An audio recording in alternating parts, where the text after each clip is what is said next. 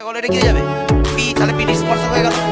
এ বলছে পিটি 12, তাহলে পিটি কত 12, বলছে পিও 13, পিও টেনে দাও, পিও কত বলো 13। এবার তাহলে তোমাকে বুঝতে পারছো কোন কোশ্চেনটা তোমার দিকে ছুটে আসছে।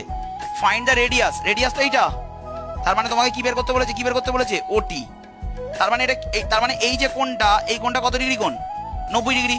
আর আমরা সবাই জানি 5 12 13 এ থাকে, তাহলে এটা 12 13 আর এটা কত হবে 5 হবে। তুমি এটা যদি অন্য কিছু থাকতো তাহলে আমরা এইভাবে বের করতাম, কি করতাম 13 স্কোয়ার থেকে কি করতাম 12 স্কোয়ার কি করতাম বিয়োগ করে দিতাম।